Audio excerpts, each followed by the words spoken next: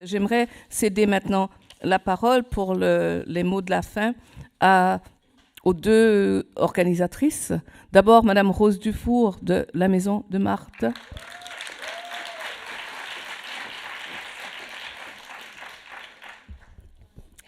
Bonsoir. Quels sont les enjeux et les défis pour nous au Québec? Voilà la très grande question que je vais aborder. Je pourrais vous en parler pendant des heures de temps. On m'a donné 10 minutes. Alors, je vais être très synthétique.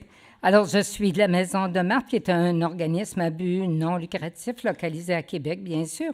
Premier organisme au Québec à s'annoncer spécifiquement dédié à la sortie de la prostitution. Cette nécessité s'était imposée d'elle-même à la suite d'une très grosse action recherche que j'ai menée pendant 4 années sur les services à offrir aux femmes et le travail à faire avec les femmes pour les aider à sortir de la prostitution. L'une des phrases les plus importantes que j'ai entendues de la part des femmes avec qui je travaille depuis 15 ans, c'est certainement j'ai mal à l'âme, j'ai mal à ma vie ». Elles le disent toujours en pleurant et elles le disent toujours en voulant exprimer un désespoir, une phrase qui est déchirante. Qu'existe-t-il pour les femmes au Québec qui veulent sortir de la prostitution? Pas grand-chose. En tout cas, à l'époque où moi, j'ai commencé en 2001, il n'y avait rien. Et j'ai pris ce rien pour en faire le projet principal et la priorité de la Maison de Marthe.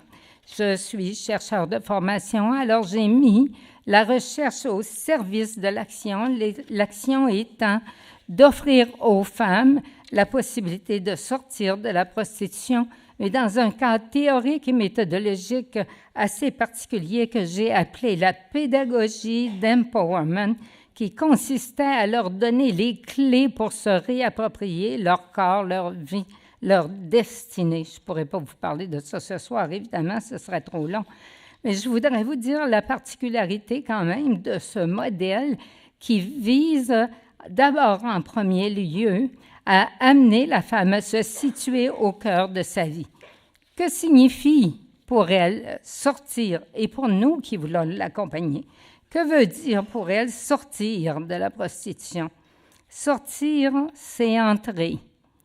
Entrer dans quelque chose, entrer d'abord en soi, entrer en contact avec son être profond, avec sa nature fondamentale, se connaître, se découvrir, se comprendre, comprendre son parcours depuis le tout début de sa vie jusqu'à maintenant, pour comprendre d'une façon très précise ce que représente ce basculement dans la prostitution.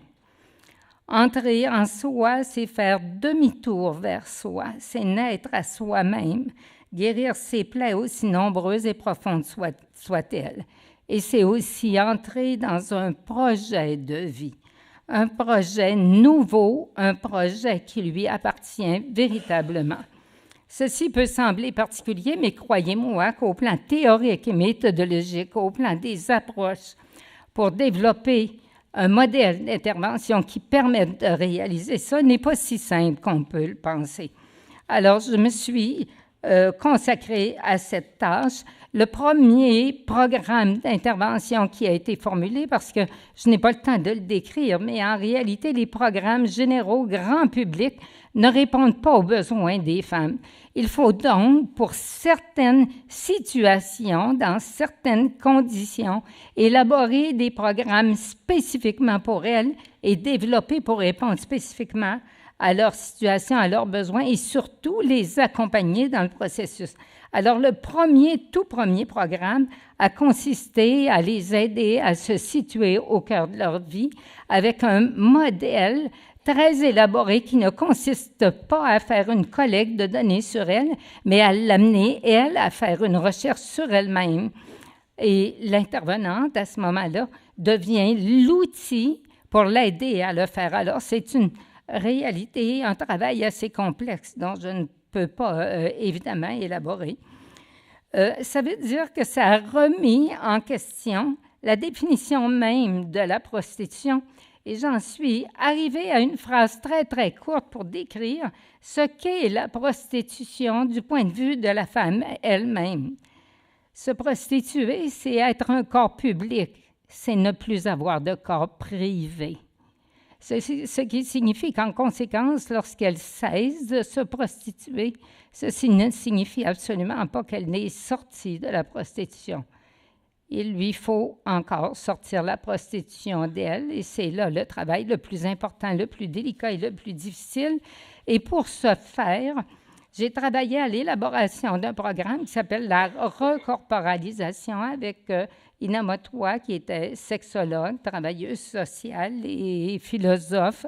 Et on a élaboré un programme qui s'appelle « Programme d'appropriation de sa sexualité », dont l'objectif essentiellement est d'amener les personnes à ne plus être objet sexuel, mais à devenir sujet de sa sexualité.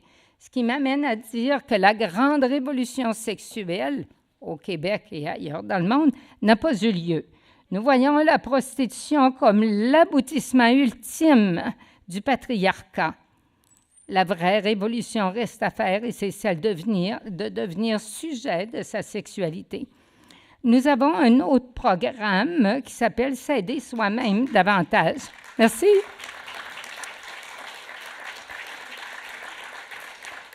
Alors, les deux programmes dont je viens de vous parler consistent à aider la personne à se mobiliser à elle-même. Nous avons un autre programme qui s'appelle « S'aider soi-même », qui consiste à mobiliser les femmes entre elles pour s'entraider en leur proposant un mode de vie. Et c'est une femme de la Maison de Marthe qui a initié ce groupe d'entraide. Malheureusement, je l'ai vu sortir il y a quelques minutes. Je regrette qu'elle ne m'entende pas la citer. Et le groupe s'appelle « S'aider soi-même » et est basé sur le mode de vie des 12 étapes des alcooliques anonymes pour maintenir son effort en elle-même pour reprendre le contrôle sur sa vie. Et on a un quatrième grand programme qui vise aussi la recorporalisation, qui a été conçu par une sœur très originale qui s'appelle Marie-Paul Ross, qui a créé un programme qui s'appelle le modèle d'approche globale en sexologie. L'intervenante de la Maison de Marthe est dans la salle. Et ce programme donne des résultats absolument extraordinaires où l'approche psychologique habituelle qui consiste à n'être qu'un rapport par la parole, même si la parole libère lorsqu'elle peut s'exprimer. Dans ce cas-ci, Marie-Paul Ross a conçu un outil qui vise à amener la personne à être sa propre autothérapeute, mais qui vise aussi à toucher la mémoire corporelle, donc à la fois la parole, mais aussi des exercices physiques très, très précis pour amener la personne à évacuer, à se libérer de toutes les souffrances qui sont emmagasinées. Voilà, en conclusion, j'imagine que j'aboutis à mes 10 minutes, là, probablement, hein? Alors, il me reste 1 minute et quart. Vous voyez, c'est extraordinaire en dire autant en 10 minutes. Alors, en conclusion, l'accompagnement en sortie de la prostitution ne doit pas s'improviser. Il faut qu'il soit minutieusement préparé. L'un de mes constats les plus importants est de tout à coup avoir découvert qu'il n'existait pas de science de la prostitution. Et nous devons travailler très fort à établir cette science-là. Vous savez qu'il n'y a pas de cursus scolaire enseigné au cégep et même à l'université. Et il se trouve, et je le sais parce qu'on me le dit, que des professeurs à l'université sont pro-travail du sexe. Alors, je suis complètement démontée. Je me demande sur quelles données ils se basent. Sortir de la prostitution, en conclusion, je voudrais dire que ce n'est pas seulement de la misère. Au contraire, je voudrais dire que c'est avec les femmes de la Maison de Marthe que j'ai découvert la plus grande tragédie. Et je crois que le problème international des femmes est certainement un problème sexuel.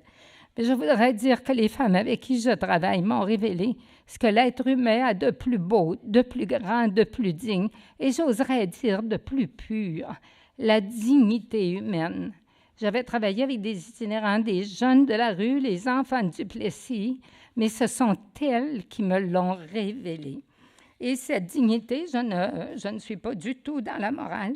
Je crois que c'est la splendeur de l'être humain et que tout être humain le porte et la porte en elle, et que nous avons comme devoir social de préserver cette caractéristique que l'être humain n'est pas une marchandise, mais qu'il est plutôt inaliénable. Je vous remercie.